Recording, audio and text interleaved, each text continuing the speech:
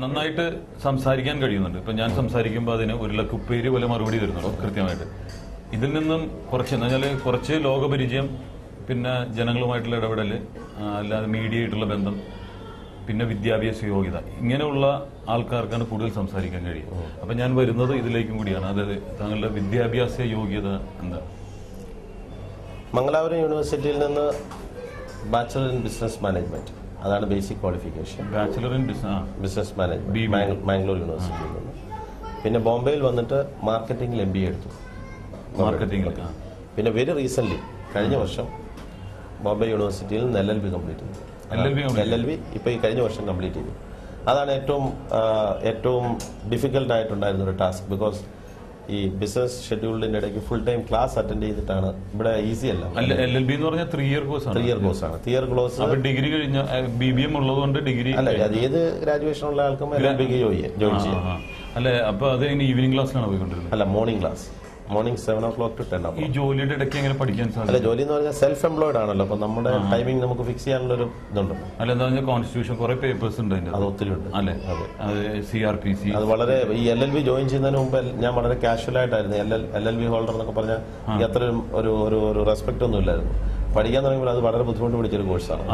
ബുദ്ധിമുട്ടാണ്. അതുപോലെ ടാക്സ് എന്ന് പറഞ്ഞ പേപ്പറാണ്. അങ്ങനെ കുറെ പേപ്പേഴ്സ് ഉണ്ട്. അപ്പൊ ഇതെങ്ങനെ ഇത് ഒരുമിച്ച് കൊണ്ടുപോകാൻ ഞാൻ അത്ഭുതപ്പെടുകയാണ്. കാരണം എങ്ങനെ ഇത് ഒരുമിച്ച് കൊണ്ടുപോകാൻ സാധിച്ചു എന്നുള്ളത്.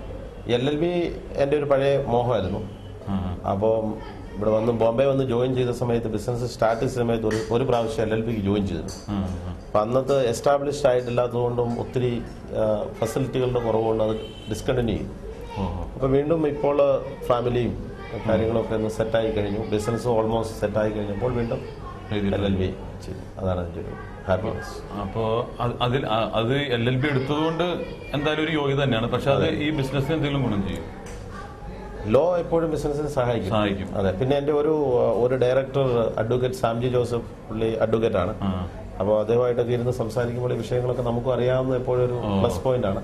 എന്തായാലും ഇപ്പൊ കേരളത്തിലൊരു നിയമം വന്നിട്ടുണ്ട്. അതായത് LLB എടുത്താലും ഒരു എക്സാം കഴിഞ്ഞതിന് ശേഷം മാത്രമേ പ്രാക്ടീസ് ചെയ്യാൻ പറ്റുള്ളൂ. അപ്പൊ ഇവിടെ അത് വന്നിട്ടുണ്ടോ? മഹാരാഷ്ട്രയിൽ അങ്ങനെയുണ്ട്. ബാർ കൗൺസിൽ രജിസ്റ്റർ ചെയ്യുന്നതും അതുമായിട്ട് ബന്ധപ്പെട്ടിട്ട് എനിക്ക് ചില അയോഗ്യതകളൊക്കെ ഉണ്ട്. എന്ന് പറഞ്ഞാൽ ഒരു കമ്പനിയുടെ മാനേജിംഗ് ഡയറക്ടർ ആയിരിക്കുന്ന സമയത്ത് ഫുൾ ടൈം വർക്കിൽ ഇൻവോൾവ് ചെയ്യാൻ പറ്റുന്ന അങ്ങനെയുള്ള പ്രശ്നമുണ്ട്. അപ്പം ബാർ കൗൺസിൽ ഇപ്പോൾ രജിസ്റ്റർ ചെയ്തിട്ടില്ല. കഴിഞ്ഞ വർഷം ജസ്റ്റ് കംപ്ലീറ്റ് ചെയ്തേ ഉള്ളൂ. അതിന്റെ പ്രൊസീജിയറുകൾ പിന്നെ നോക്കും. എന്തായാലും LLB റിട്ടയർമെന്റിൽ ഉപയോഗിക്കാന്ന് വിചാരിക്കുന്നു. എന്തായാലും ഒരു കറുത്തകോട്ട ഏതെങ്കിലും കാലഘട്ടത്തിൽ റിട്ടയർ ചെയ്ത് നാട്ടിൽ കണ്ണൂർ ചെല്ലുമ്പോൾ കേസ് ലിസ്റ്റ് ഉണ്ട്. അഭയ കേസ് ഇപ്പോഴും തെളിഞ്ഞില്ല. അത് വേണമെങ്കിൽ ഏറ്റെടുത്ത് നടത്താൻ താല്പര്യം ഉണ്ടെങ്കിൽ ഒന്ന്. അതില്ല. കേരളത്തിൽ ഒരുപാട് പിണറായിയുടെ കേസ് കിടക്കുന്നുണ്ട്. ഇങ്ങനെയുള്ള തീരാത്ത കേസുകൾ വേണമെങ്കിൽ എടുത്ത് നടത്താൻ. അതെ, സമയം പോലെ ചെയ്യാതെ. അതിനൊപ്പം MBA എടുത്തു ഇവിടെ വന്നിട്ട്. MBA മാർക്കറ്റിംഗ് വന്നപ്പോൾ. അപ്പൊ MBA എടുക്കുന്ന സമയം എന്ന് പറഞ്ഞാൽ ഇവിടെ വന്നിട്ട് തൊഴിൽ അന്വേഷിക്കുന്ന ഒരു സമയത്താണല്ലോ. അപ്പൊ ഈ ഇതിലാണ് MBAയിലെ മറ്റേ ഈവനിങ് ക്ലാസ് ആയിരുന്നു അറ്റൻഡ് ചെയ്ത്. MBA 2 years കോഴ്സ് കംപ്ലീറ്റ് ചെയ്തിരുന്നു. അത് ഈ ഫീൽഡിൽ വർക്ക് ചെയ്യുന്നവർക്കുള്ള ഒരു പ്രത്യേക ടൈം അറേഞ്ച്മെന്റും മറ്റ് അസൈൻമെന്റുകളും ഒക്കെ ഉണ്ടായിരുന്നു. സെന്റ് സേവിയേഴ്സ് കോളേജിലും ബോംബെയിലെ ഫേമസ്, ഇപ്പോൾ അത് ഓട്ടോണമസ് കോളേജ് ആയിട്ടുണ്ട്. അവിടെ റെഗുലർ ക്ലാസ് അറ്റൻഡ് ചെയ്തു, ഈവനിങ് ക്ലാസ് അറ്റൻഡ് ചെയ്തു. എന്തായാലും ഒരു നിമിഷം പോലും പാഴാക്കിയിട്ടില്ല ജീവിതത്തിൽ അല്ലേ? ഈ സ്റ്റഡി ആയിട്ട് ബന്ധപ്പെട്ട് ഈ 2 കോഴ്സുകളാണ് ഇപ്പോൾ കംപ്ലീറ്റ് ചെയ്തിരിക്കുന്നത്. ഇനിയും ഒത്തിരി കോഴ്സിനെ അങ്ങോട്ട് പഠിക്കാൻ ബാക്കിയുണ്ട്. അത് പിന്നീട് മാറ്റി വെച്ചിരിക്കാം. അപ്പോൾ എന്തായാലും ഇതൊരു വലിയ ഒരു മാതൃകയാണ് കാണിച്ചിരിക്കുന്നത്. കാരണം ഈ ജോലി തിരക്കുണ്ടെന്ന് പറഞ്ഞ് വിദ്യാഭ്യാസത്തിന് ശ്രമിക്കാതിരിക്കുന്ന പലരുണ്ട്. കാരണം ഇനി സാധിക്കില്ല എന്ന് പറഞ്ഞു. ഇപ്പൊ ഇതൊക്കെ അമേരിക്കയിലാണ് നമ്മൾ കാണുന്നത്. എത്ര പ്രായമായാലും ഇപ്പൊ 60 വയസ്സായ ഒരു അമ്മൂമ്മ പോലും അവിടെ ഇരുന്ന് പഠിക്കുന്ന നമ്മൾ കണ്ടിട്ടുണ്ട് യൂണിവേഴ്സിറ്റി. അപ്പൊ ഒരു സിസ്റ്റം. അപ്പൊ ഇവിടുത്തെ ഈ LLB എടുത്തു പറഞ്ഞില്ല, അത് ഏത് യൂണിവേഴ്സിറ്റിയുടെ കീഴിലെടുത്ത്? ബോംബെ യൂണിവേഴ്സിറ്റിയുടെ നളന്ദ കോളേജ്. ഇവിടുന്ന് ഒരു 2 സ്റ്റേഷൻ അപ്പുറം ബോർവെലി എന്ന് പറയുന്ന സ്ഥലത്ത്. അവിടെ തന്നെ. അപ്പൊ തീർച്ചയായിട്ടും പിന്നെ അറിയേണ്ടതെന്ന് പറഞ്ഞിട്ടുണ്ടെങ്കിൽ വെൽഫെയർ, അതായത് ചാരിറ്റി, അങ്ങനെയുള്ള മേഖലകളിൽ എങ്ങനെ വർക്ക് ചെയ്യുന്നുണ്ട്? സോഷ്യൽ വർക്ക്, ചാരിറ്റി ആയിട്ടുള്ള റിലേറ്റഡ് ആക്ടിവിറ്റികളിൽ ഞങ്ങളുടെ റിക്രൂട്ട്മെന്റിന്റെ വർക്ക് തന്നെ ഞങ്ങളൊരു സോഷ്യൽ കമ്മിറ്റ്മെന്റ് ആയിട്ട് ഞങ്ങൾ കണക്ക് കൂട്ടുന്നു. പിന്നെ ഞങ്ങളുടെ ഓർഗനൈസേഷൻ സിഗ്മയ്ക്ക് ഒരു ഇന്റേണൽ ചാരിറ്റി ഡിപ്പാർട്ട്മെന്റ് ഉണ്ട്.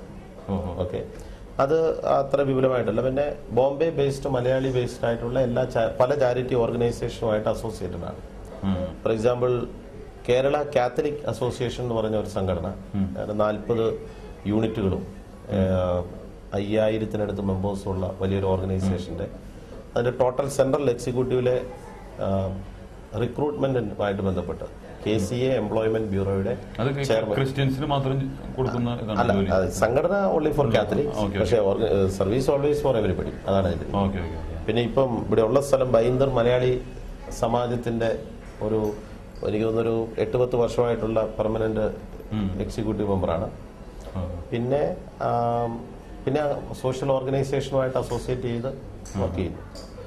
ഒരുപാട് മേഖലകളിൽ കൈവയ്ക്കുകയും അതിൽ വിജയം കണ്ടെത്തുകയും. കാരണം പലവഞ്ചിയിൽ കാലുവെക്കരുതെന്ന് പറയും, പക്ഷെ പലവഞ്ചിയിൽ കാലുവെച്ചിട്ട് കാരണം ഒരിക്കലും വീണുപോയില്ല. കാരണം ഒന്നല്ലെങ്കിൽ മറ്റൊന്നുള്ള രീതിയിൽ കാരണമാണ്. റിട്ടയർമെന്റ് സമയത്ത് വക്കീലായിട്ടും പ്രാക്ടീസ് ചെയ്യാം എന്നാണ് ഉദ്ദേശിക്കുന്നത്. അപ്പൊ എന്തിനും തയ്യാറാണ്. നിരവധി ജോലി ചെയ്യാൻ, അതായത് നിരവധി ജോലി കൊടുക്കുന്ന ആൾ തന്നെ നിരവധി ജോലി ചെയ്യാൻ തയ്യാറായിരിക്കുന്ന ഒരു വ്യക്തിയാണ്. ചുരുക്കി പറഞ്ഞാൽ ബോംബെയിലെ ഒരു ബാലേന്ദ്രവനാണ്. കഥാ സംഭാഷണ സംവിധാനം എല്ലാം ഒരുമിച്ച് നടത്തുന്ന വ്യക്തി. എന്തായാലും സിഗ്മയും അതുപോലെ തന്നെ സീക്കർ എന്ന പബ്ലിക്കേഷൻസും പ്രശസ്തിയിലേക്ക് ഉയരട്ടെ.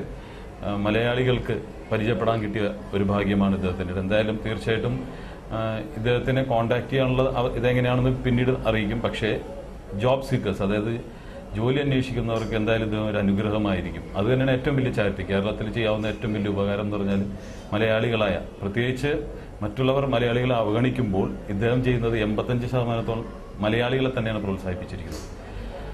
തീർച്ചയായിട്ടും ദൈവം അനുഗ്രഹിക്കട്ടെ. അപ്പം നമ്മുടെ പ്രേക്ഷകരുണ്ട്, അവരോട് 2 വാക്ക് സംസാരിച്ചതിന് ശേഷം നമുക്ക് ഈ ബിസിനസ് സ്റ്റാർ എന്ന പ്രോഗ്രാം ഇവിടെ കൺക്ലൂഡ് ചെയ്യാം. അപ്പോൾ 2 വാക്ക് നമ്മുടെ മലയാളികളായ പ്രേക്ഷകരോട്.